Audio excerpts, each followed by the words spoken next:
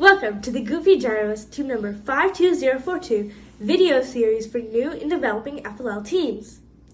Have you ever wondered why your robot doesn't go straight despite using some of the fancy blocks or functions provided by the software you use? Well, you're not alone. In this short video, we'll explain the why and provide you with a strategy on how to move straight accurately. Moving a robot straight is a basic core movement for an FLL team. Yet it's a common challenge for new teams to achieve this on their robot. It's important to understand some of the main reasons why your robot won't go straight, even though your command asks it to go straight. There are 4 main reasons this may occur. 1. Motors may perform slightly differently, causing drift. This should be expected because LEGO motors are not professional grade motors, and there will be some minor variations in how they perform. So, if the 2 drive motors don't match exactly, they are bound to cause an inherent drift. 2. Sensitivity of motor to power levels. If your brick or hub provides a slightly different level of power to one motor than to another, it will cause the robot to drift slightly toward the motor performing stronger. 3. Uneven weight balance/distribution on the robot. Imagine if one side of your body was heavier than the other. You would naturally lean to that side. Similarly, if the robot weighs unevenly between the 2 wheels, say when carrying a load, then your robot will likely drift. 4. Friction between wheel and surface. If there is dirt on the mat or the wheels, or if one part of the mat is smoother than the other, the wheels may experience different levels of friction, allowing the wheel to slip and hence drift.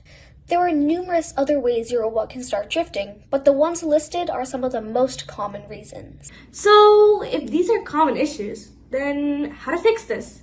The answer is to use a gyro sensor to course correct. With the EV3 brick, you can use an external gyro sensor, and with the Spike Prime Hub, the gyro sensor is already built in.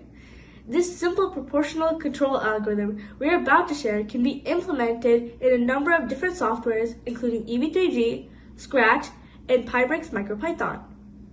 This simple algorithm starts with initializing the gyro sensor at average motor distance or degrees to 0. Then start the motors and move straight using a steering value of 0 using the non-blocking blocks or commands. We know that this isn't going to work as expected. So start a loop that checks to see if the average of the motor's distance or degrees has reached the target. Inside the loop, read the gyro value, then scale the gyro value with a negative proportional gain to calculate the new steering correction. Now apply the corrected steering to the moving robot. At this point, you can calculate the average distance the 2 motors have moved before checking the next pass of the loop. If the target distance has been reached, stop the motors and quit the algorithm. This simple proportional gain algorithm will work to keep your robot straight. But before you start implementing this algorithm, there are things to keep in mind. First, the gyro has the best accuracy when it's placed in the middle of the wheel axle line. Second, no matter where you place the gyro, it will still have a slight plus or minus 3 degree error. This is expected, so be aware of it. Be strategic in selecting the proportional gain. Too much gain will cause the robot to zigzag, but too little will have no impact on steering correction. So you may have to do this by a little bit of trial and error with your robot.